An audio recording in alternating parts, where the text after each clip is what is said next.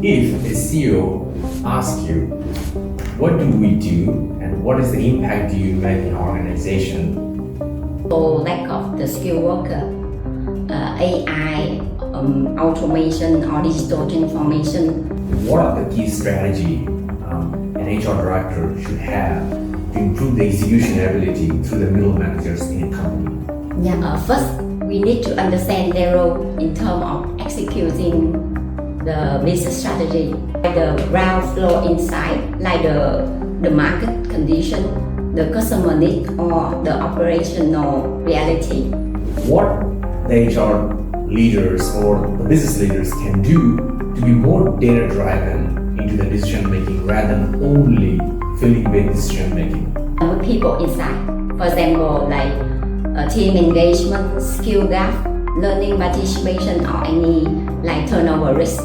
How an HR leader or even business leader to focus on their own professional development. So we understand that process and also understand the who and also how they will be involved in the whole process.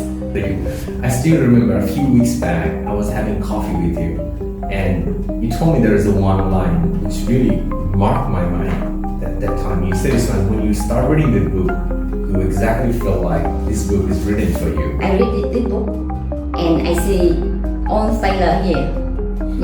And I wish I have read this book before. I think some of my proposal already implemented and may create a big impact on the business. But if I say this one, I want to double my profit of the company.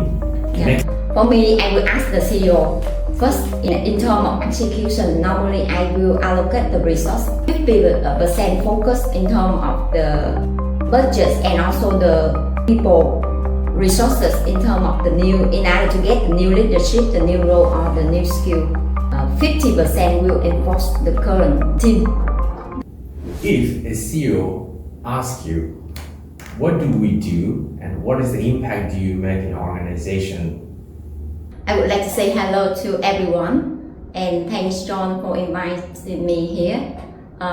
First of all, I would like to introduce a little bit about myself. My name is Nhung. I'm experienced HR trainer and also senior certified HR professional by SHRM with more than 22 years experience in human resource management.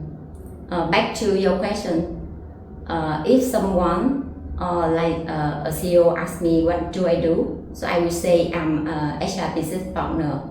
My goal is to co-create the business competitive advantage with the CEO and the board of director through people.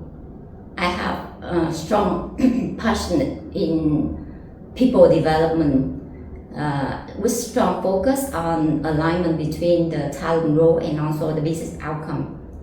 I believe that empowering people is the key to drive sustainable performance and also organization's success. I want to build a work environment that enable innovation, balance between sustainable growth of financial aspect and also people and environment that enable continuous learning. People apply that learning into work, create the value to business and also the stakeholder. So lots of experience. There's 20 plus experience. You have seen so many organizations. So I would like to know on this one, in your observation, what are the top 3 obstacles the workforce face in terms of vision or goal execution into the company? Okay. From my experience, the top 3 obstacles that the organization face in terms of executing the business strategy, including for example, like the silo culture and lack of alignment. Most of organizations fail to communicate effectively the broader vision and how the department and also individual contribute to the broader vision. because of that, many middle manager interpret the goal differently, and this called misalignment in terms of priority. Yeah, see the first one, and also the department silo also prevent in terms of the cross-functional collaboration. The second obstacle will be the resistance to change. Normally, it's because of the legacy mindset. People like we have been done this way most of the time, and so it's also hinder the innovation. Lacking of people, because lacking of communication, people don't really understand the strategy, and so also the reason behind the goal, and also the strategy. And lack of the understanding, and also the buy-in. Most of the organization, the instruction, the change were instructed by the top down without the ground contact and also the feedback loop. So it's called resistance to change. Third one will be the talent scarcity and also lack of the skilled worker. AI, automation or digital transformation are reshaping the job requirement faster than the worker can upskill, and also increasing the competition in the skilled worker in one the third one obstacle from my observation. Yeah. You brought up a pretty interesting point. You mentioned it was about lack of communication in the organization. So we hear it over and over and over a period of time, so many times, everybody complaining about lack of communication in the organization. Is there any particular tips you want to share with someone else, how they can create a better communication in the organization from your experience for so many years? You brought up a pretty interesting point. You mentioned it was about lack of communication in the organization. So we hear it over and over and over a period of time, so many times, everybody complaining about lack of communication in the organization. Is there any particular tips you want to share with someone else, how they can create a better communication in the organization from your experience for so many years? The main challenge of communicating or cascading the business strategy or business goal into the team is the most critical challenge is the lacking of the tool or framework. For example, like we go from this point to the destination. The most important thing is to the right tool before we talking about the people in the actual in the bus, like the bus. So I think the most important challenge is the tool. We don't use the right tool, like the strategic map, the OKR, or the balanced scorecard. We know execution is key, right? Without the execution, the organization is not moving forward. So we keep saying this big line that execution is king.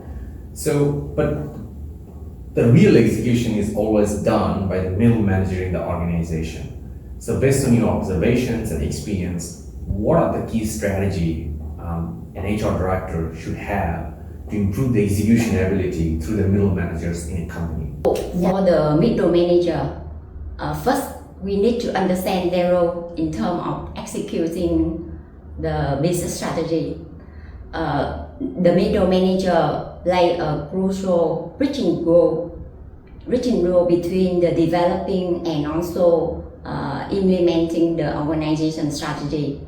How they will the one to translate the business strategy into like the project, the process, operational change, or the task, and also they the one to provide the feedback to not the feedback, to provide the ground floor insight like the market condition, the customer need or the operational reality to the business when they do the business strategy development, and they are the one to direct the team, the time and also resources toward the strategic priority.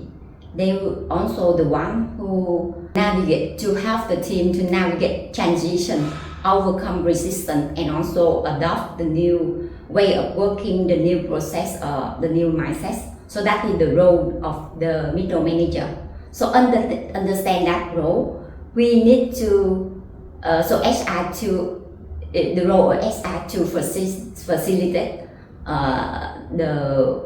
that role for the manager by first leadership development program, like for example, and also upskilling like AI, automation, digital transformation, change management, coaching.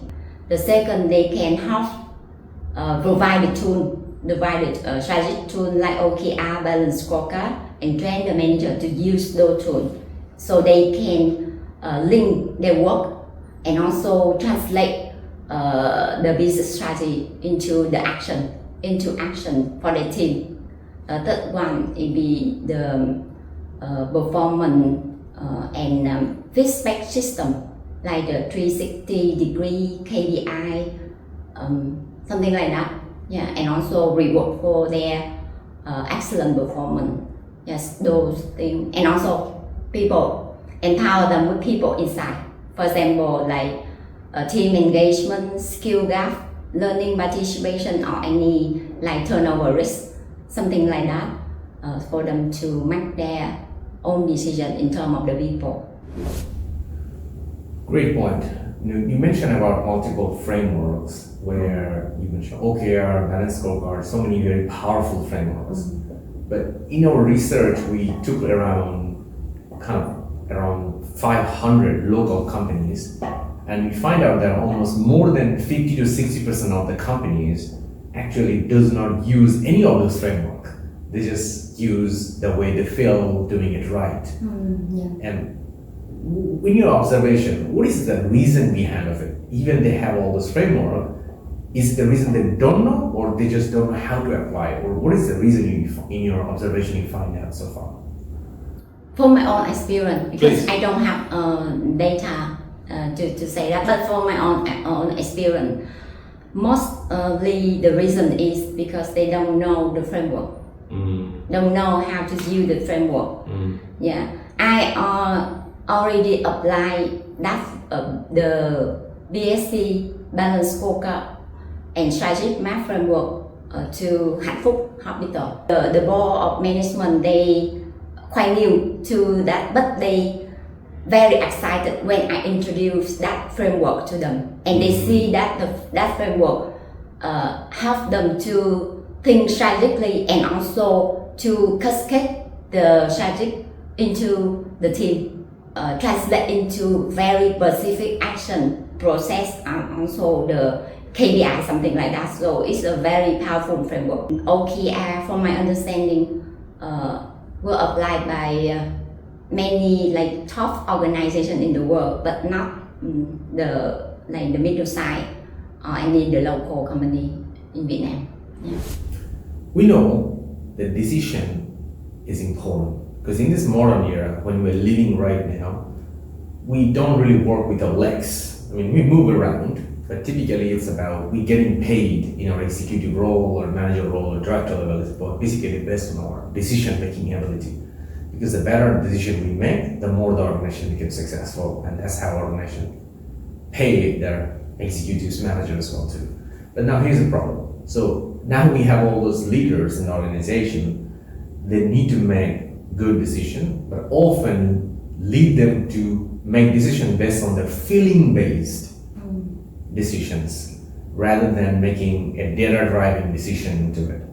So in your observation, what the HR leaders or the business leaders can do to be more data-driven into the decision-making rather than only feeling-based decision-making? We all know that the feeling approach feeling approach decision normally will focus more in terms of immediate problem rather than the long-term impact.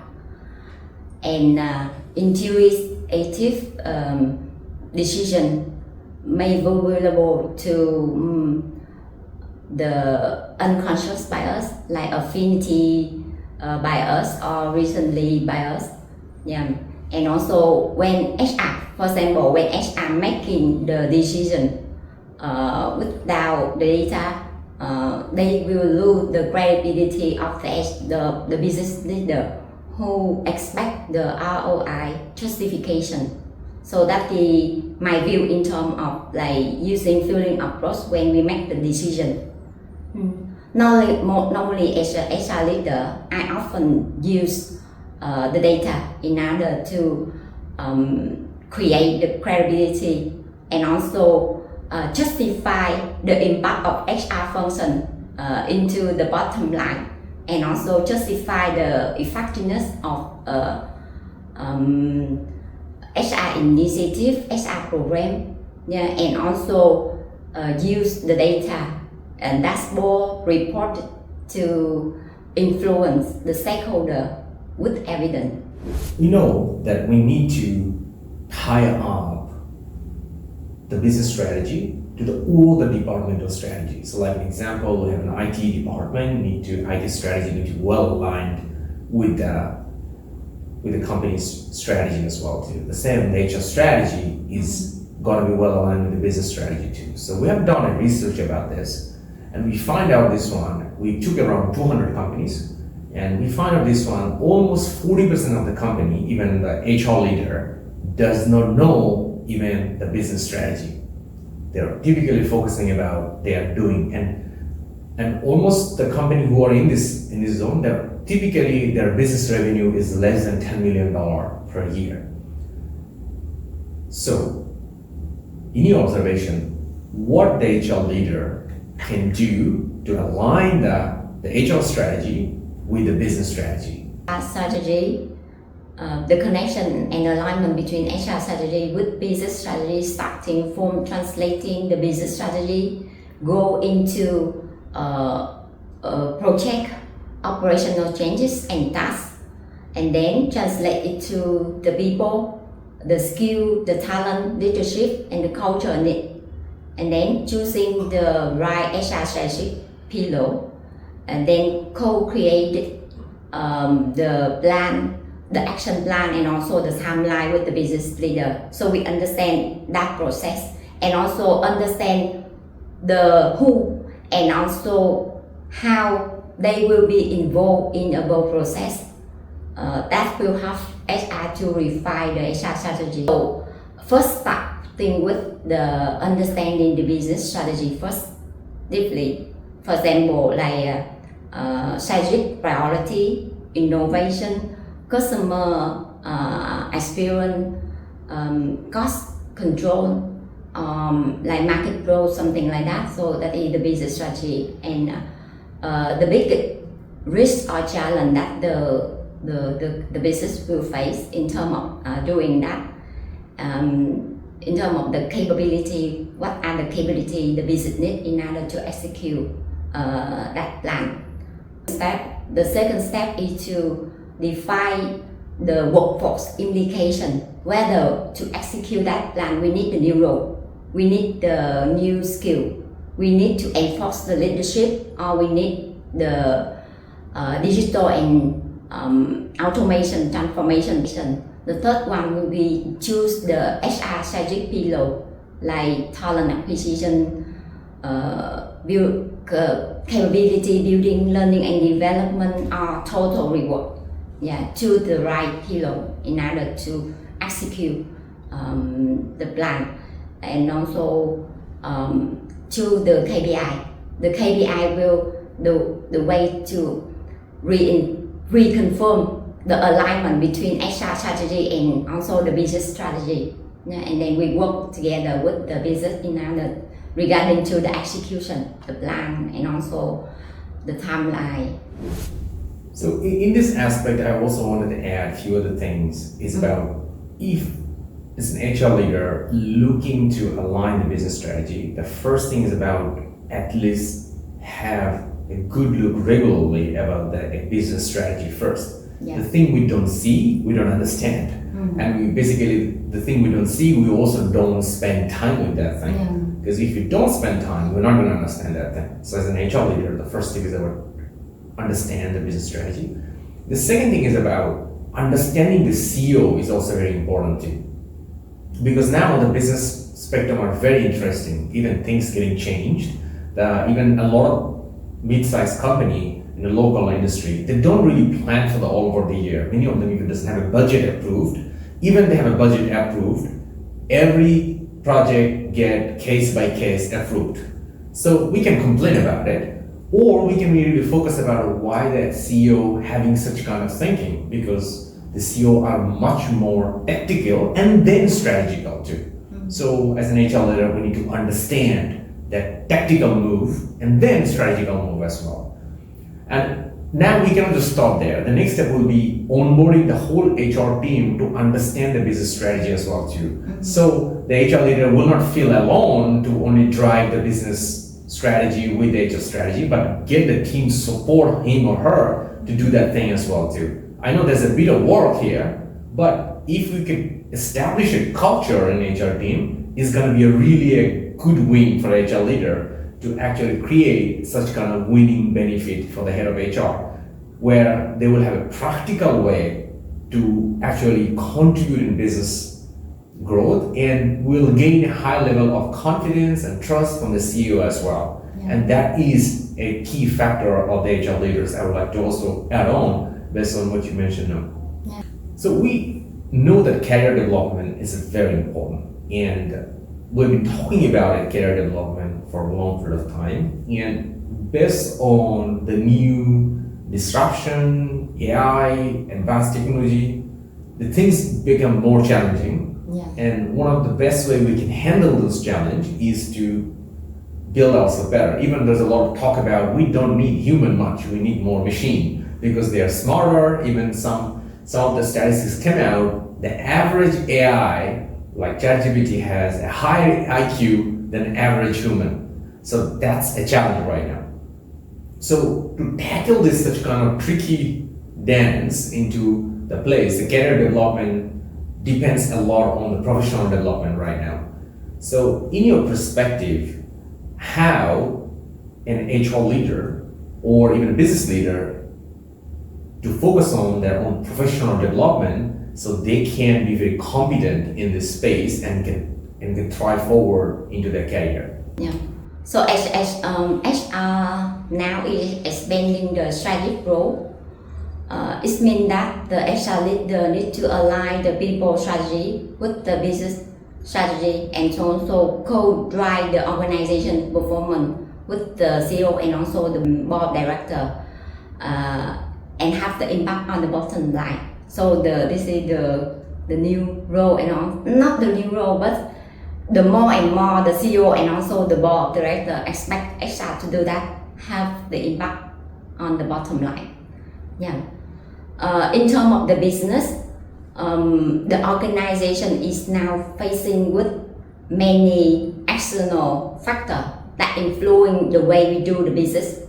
Like for example, like the demographics, the pressure in terms of the political regulation, social or ethical pressure also increase. Technology disruption and legislation changed a lot recently, and uncertainty, market uncertainty. So a lot of factors influence the way we do the business, and so it's also influence the people we need, and also the way we lead the people will be different. So HR and also board of director must take the lead in terms of the change and also the workforce transformation. And for my experience, I have more confidence using the framework and also the tool, the developed tool, in order to do my work and also influence stakeholder more effectively. The tool and also the framework is like the methodology, the like certified methodology, and also it's based on the science research. So it's will be more effectively in terms of working and also influence others. It will increase the understanding of the stakeholder and also increase the acceptance. So it's typically a competitive advantage. The companies who has much more better workforce, they really basically have a better army. So basically the whole business space become the modern warfare right now. Whatever we do, like war in the guns and bullets, that's like the old days of war, but now the business has become the gentlemen's and gentlewomen's and ladies modern warfare right now. So in this business space, everything is fair, right? So any competitor can do anything to get almost all the market share. So there are a few things many of the company was doing is about making a lot of investment on digitization. So digitization is about making the process of the company more standard. But now for the human side, there are a few things are really matter. So company looking for higher skill people so they can get the things, do more, and also how to be more, get the more workflow better in the workforce, which is typically down to the productivity of the workforce. So if the employees are much more better productive, they will have a better advantage in the business. So typically, salary or workforce cost is one of the typical costs, fixed costs, which is related tie back to the production costs of the product and services company deliver. But as the market is really, really highly competitive and there is a high chance of getting an extra tax tariff, so company need to find a better way to handle that thing and reduce the production cost down. And as the company is looking for this production cost down, the company are going to look for a better productive workforce.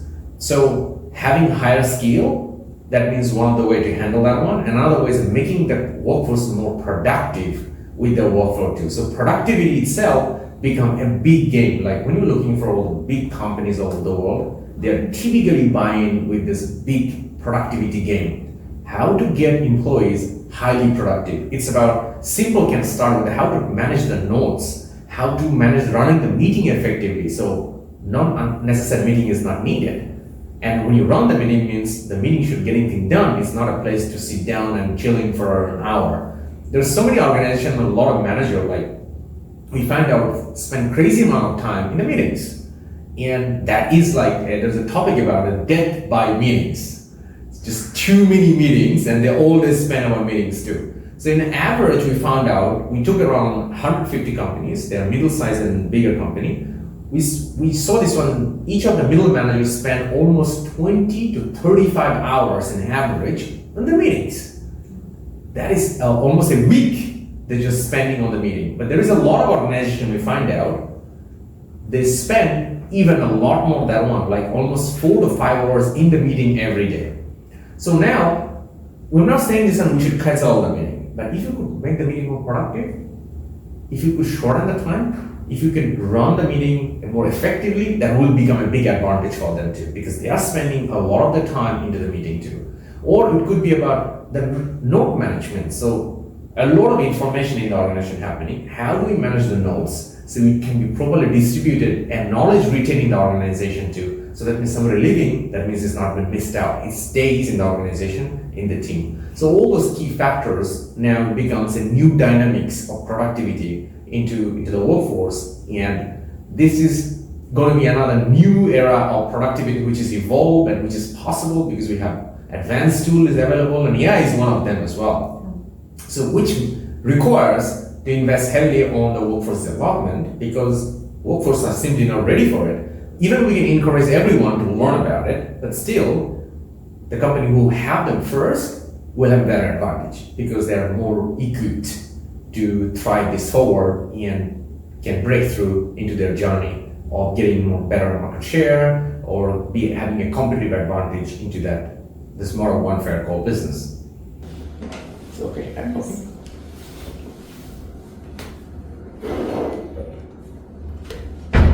Please continue. Do you want to redo it again? Yeah. Take the whole answer, it's fine. I know it's break the momentum, yeah. My advice to other HR professionals is to have the book and read the book. So everyone will have their own interpreting, understanding, and also have own concern and also the problem they are facing. Yeah, so it's better to have it, read it. For my experience using this book, so this book is very helpful for me.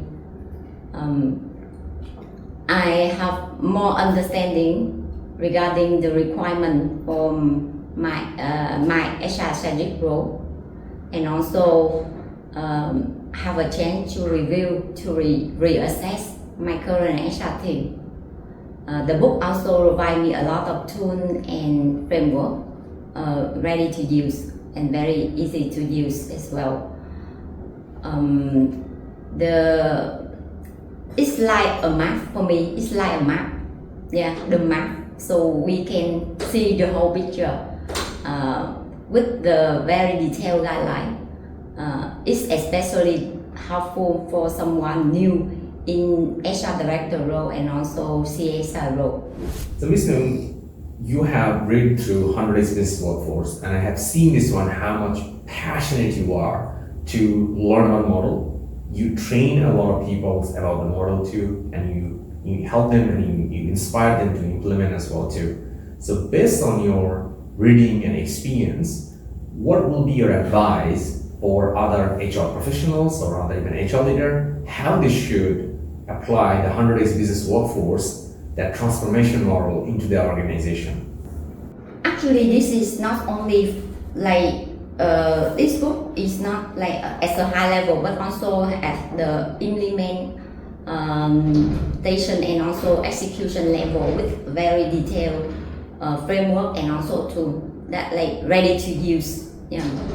So the HR at all level they can use it, especially for the HR executive, the one who the job is more in terms of the execute the HR plan, and a lot of tools and also framework ready for them to use.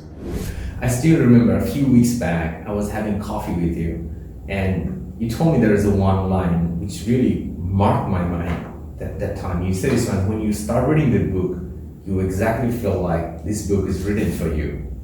What is the thing make you feel this is the book for you? For someone really new in the role.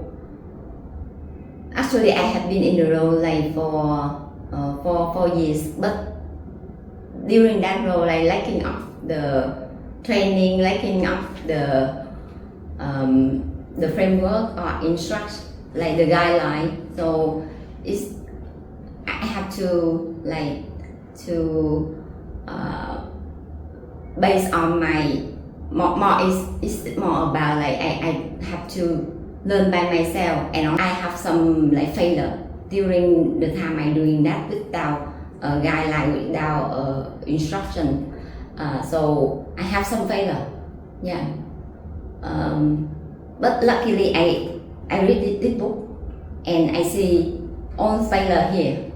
Yeah. And I wish I have read this book before, especially really understanding the strategic HR strategic role and how HR can contribute to the bottom line, how we can link the HR activity with the business activity. Yeah, and also it's also provide me some framework. I think if I can use that framework to communicate with the business leader before, I think some of my proposal already implemented and create a big impact on the business. Yeah. We know that in the beginning of the year, almost every CEOs or even the last quarter of the year basically work with the board of management closely and come up with a lot of ideas and come up with some very exciting goals which the company need to achieve for the next year. So now, after bringing all the goals, the CEO need to allocate those goals into the company. So, and now when we are allocating all those goals to the company between all the different departments, in your perspective, what the HR can do to actually facilitating those goals through the organization? Please share us your experience and your advice on this.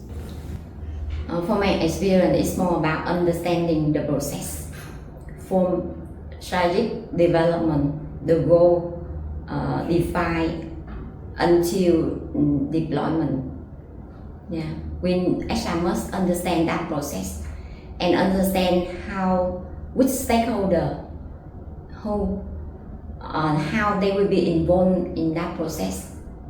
So we will, based on that, we will first provide the talent. Second, provide the training for them to do that process, to facilitate, to implement that process. Provide the infrastructure like the culture, create the performance, the KPI system, and also the accountability system. Like, because we understand the role of each one, it must be documented.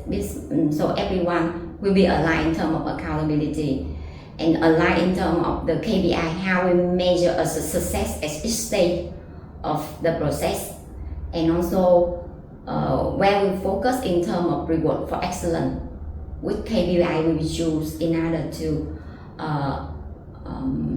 reward the people. In our show, 100x Business Show, we always have a tradition where the previous guests always leave a question for the next guest. And the previous guest, we had a CEO from a multinational company, and he left a question for you, which I'm going to share with you. So the question is about, if you are asking me a budget of, let's say, around X $1,000 for HR for the next year, but if I say this one, I want to double my profit of the company next year, and I'm going to give you the double budget for HR. And if you do that, what is the 3 key area where you will invest to support the CEO to get to the double profit? You already have a double budget. Yeah, for me, I will ask the CEO first in order to start any plan, any HR plan. First I will ask the CEO. The first question will be in terms of in order to get the double increase in profits, where the CEO want to focus in terms of revenue, in terms of cost optimization, and what is the percentage of the revenue the CEO want to increase, and on percentage of optimization he want to reduce in order to get double profits. So in terms of revenue, how the company will get that percentage increase in terms of revenue, whether the company need the new product or service, the new market, the new customer, or the new business, something like that, the new business. In terms of the cost optimization, where the company will focus in terms of process optimization, people optimization, or productivity increase, or even defect reduction is also one of the area we can focus. Once I understand all the information, so I can work with the CEO and also the board of director to identify whether we need the new role, we need the new skill, even we need to enforce the leadership as well. So and then we will focus on the top three areas that contribute more in terms of the execute the plan of the business. For example, like in case of we need the new leadership, or we need the new really the new role. For example, like we enter to the new market, or we develop the new product, we need someone who can do it. the new skill and the new role, even the new culture or the new mindset. Now the mindset. And in terms of execution, normally I will allocate the resource 50% to deliver 50% focus in terms of the budgets and also the people resources in terms of the new, in order to get the new leadership, the new role or the new skill. 50% will enforce the current team. The product that we are doing good now, or we can everything we are doing good, but we need to maintain. So that is the way I allocate the resources in order to support the CEO double the profit. It's a pretty tricky question, right? It's not just doubling the revenue, it's about doubling the profit. And just to get everyone right, the doubling the profit doesn't mean double the revenue. Even the same revenue could double the profit by proper optimization. So here you clearly show this one, that different strategy of, is it the new revenue increase or is it going to be existing optimization of our existing costs, or both? Or is there any new side product? So I just wanted to add on this one.